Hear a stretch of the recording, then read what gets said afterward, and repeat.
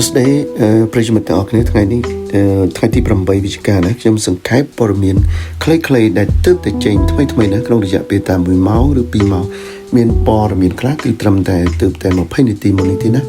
ឥឡូវព័ត៌មានមួយគឺសារព័ត៌មាន NBC និយាយអំពីនាយករដ្ឋមន្ត្រីហុងគ្រីណាកាលពីថ្ងៃសុក្រហ្នឹងគឺបានធ្វើដំណើរមកដល់សហរដ្ឋអាមេរិកហើយណាដើម្បីជួបលោកត្រាំ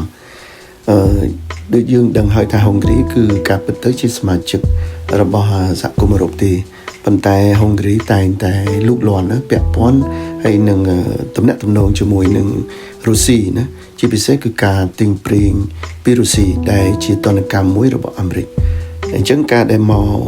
កាន់សហរដ្ឋអាមេរិកនេះគឺដោយសារតែលោកត្រាំបានលើកលែងទណ្ឌកម្មដែលប្រទេសហុងគ្រីនឹងគេតែងតែលួចទិញប្រេងពីរុស្ស៊ីគឺតែអញ្ចឹងសូមបញ្ជាក់ដែរថាលោកអូបេនដែលជានាយករដ្ឋមន្ត្រីហុងគ្រីនេះគឺជាបកស្ដាមនិយមណា Right Wings គឺថាពួកស្ដាមនិយមដែលកាន់អំណាចនៅហុងគ្រីនឹងគាត់ដល់ទៅ15ឆ្នាំហើយពួកស្ដាមនិយមក៏ស្រដៀងនឹងនយោបាយរបស់លោកត្រាំដែរណាដែលគឺខាងស្ដាមនិយមដូច្នេះគោលបំណងដែលគាត់មកនេះគឺដោយសារតែទី1ដើម្បីចងដូចថាទំនាក់ទំនងឲ្យបានជិតស្និទ្ធជាមួយនឹងលោកត្រាំវិញណា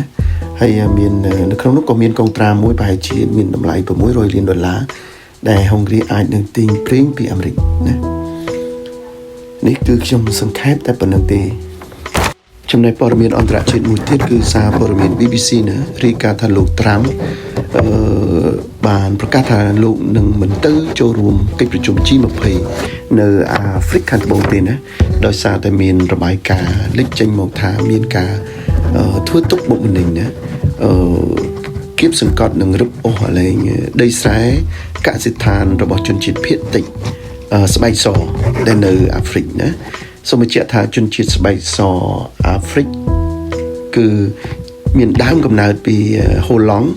ហើយនឹងអាល្លឺម៉ង់ហើយនឹងបារាំងណាដែលជាជនជាតិភាគតិចនៅអាហ្វ្រិកទៅវិញណាហើយដែលមានការរឹបអូសកសិដ្ឋានដីស្រែនិងការគៀបសង្កត់និងការរើសអើងនេះបើតាមព័ត៌មានដែលលោកត្រាំលើកឡើងណាហើយលោកបាននិយាយថាលោកមានការសោកស្ដាយនិងជារឿងអាម៉ាស់ដែលកិច្ចប្រជុំ G20 ត្រូវរៀបចំនៅអាហ្វ្រិកខាងត្បូងនេះគឺសារព័ត៌មាន BBC ណាថ្មីនេះឯងចំណែកព័ត៌មានអន្តរជាតិថ្មីមួយទៀតណាគឺសារព័ត៌មាន CNA រាយការណ៍ថាសហគមន៍អឺរ៉ុបបានថ្កោលទោសអ៊ីស្រាអែលដែលកាលពីថ្ងៃប្រហ័ននេះអ៊ីស្រាអែលបានធ្វើការវាយប្រហារនៅភាគខាងត្បូងលីបង់ដែលគឺជាការរំលោភបទឈប់បាញ់ជាមួយនឹងក្រុមហេបូឡា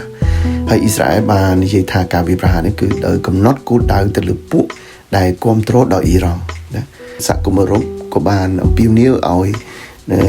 តួអង្គលីបង់ណាមួយចំនួនកុំឲ្យធ្វើការថាឆ្លើយតបទៅអ៊ីស្រាអែលវិញដែលនាំឲ្យមានដែលអាចបណ្ដាលឲ្យស្ថានភាពកាន់តែធ្ងន់ធ្ងរឡើងដូច្នេះខ្ញុំសូមសង្ខេបព័ត៌មានអន្តរជាតិតែប៉ុណ្ណេះណាជម្រាបលាប្រិយមិត្តយើងទាំងអស់គ្នាតែប៉ុណ្្នេះសិនចុះ